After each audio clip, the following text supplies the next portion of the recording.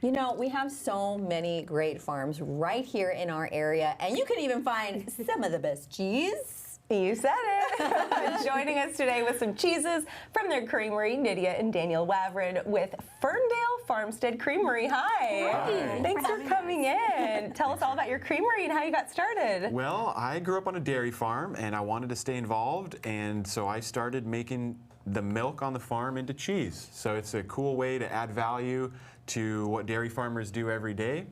And it's a fermentation, kind of like wine making or beer making, so it's got a lot of science going on, but it's a fun art as well. And you even have all the cheeses that are handmade in a closed loop system. So talk to me about what that means. For us, that means seed to cheese. That's a term my wife Nydia here actually came up with. And what it means is we grow the grass that the cows eat. We bring that to them in the barns. We raise them from the time they're born. We milk them twice a day, and then finally I make the cheese in the creamery from their milk. Wow, and then people can come visit and try these cheeses? Yeah, definitely. We're doing a tour this weekend, which Nydia can tell you a little bit about. It's called Whatcom This Way. Yeah, so it's a really great family-friendly event. Kids are all welcome, and all these producers from Whatcom County will be, sampling their ice cream, their milk, chocolate milk, our cheeses.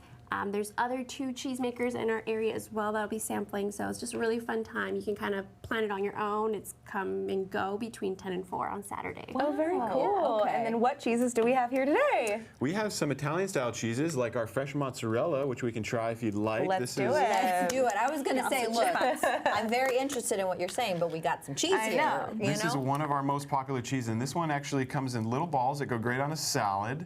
And they're shaped just like this. Great. Wonderful. And this is mozzarella, you said. This is fresh mozzarella.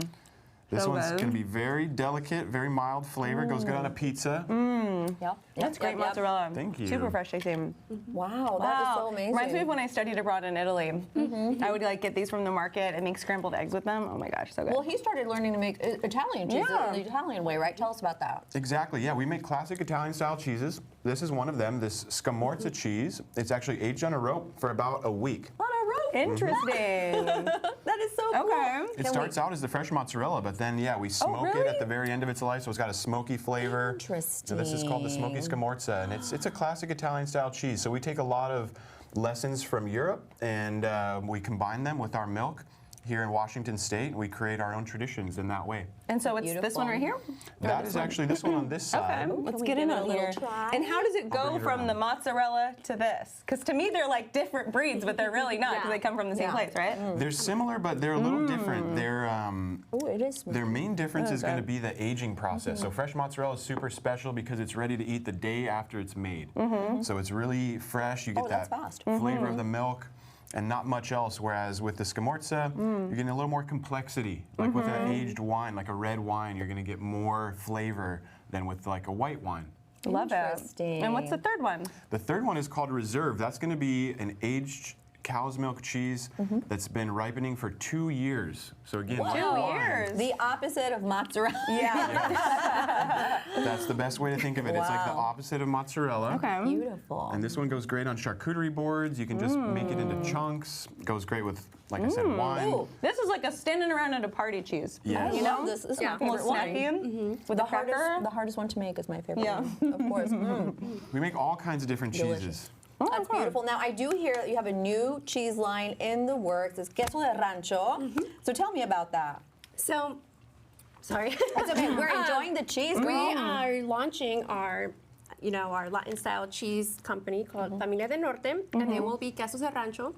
And that's honestly a homage to our cheesemakers. All of our cheesemakers are coming from Latin countries, and it's just a really great way for us to showcase a little bit of our culture in a place where we had to create our own cultures. Yeah. So we're excited. That will be also on the farm tour. So if you're going to be up in Whatcom County on Saturday, you'll be able to try queso Oaxaca, queso cotija. Oh, cotija. Oh, Yeah, very so nice. excited. So we're excited to just make a diverse range of flavors that represent Washington. That's awesome. Yeah. And what do you guys do specifically at your farm to make sure the cows are happy and comfortable and producing the best That's stuff? a great question. That's really where we start. My family, we've been caring for the cows since I was born for 30 years.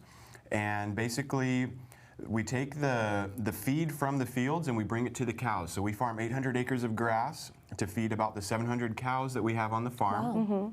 And then we do all that within 2.5 miles from where I make the cheese, right on where the farm sits. So it's all single source and closed loop, and that's what we call seed to cheese. Wow. How many cows do you guys have? We have about 700, Yeah. 750 milking cows. Yeah. So it's a great spot to come see how a dairy farm works, see the cows and see the happy cows and see how they live, and also eat some cheese. Eat some cheese. Yeah, and I want to point out that you had said something very interesting to me previously, which is that you had this idea to do this, right? And then you just did it, which I think is something that is so admirable. So can you say something maybe to viewers who have an idea and are so interested, but maybe it's like a little scary to get started? You know, you got to go one foot in front of the other. On the farm, for sure, it's always a lot of work. It's very hard work, but we just focus on the work for today, what we have to get done to get to tomorrow. And so that's the best advice I can give. You know, to get your vision to where you want it to be, you just have to put one foot in front of the other. Beautiful. Good advice. Thank you Thanks so so much. much. Thank you for Appreciate you having coming in. Delicious cheese here. We posted some more info on our website, fox13seattle.com/studio13live.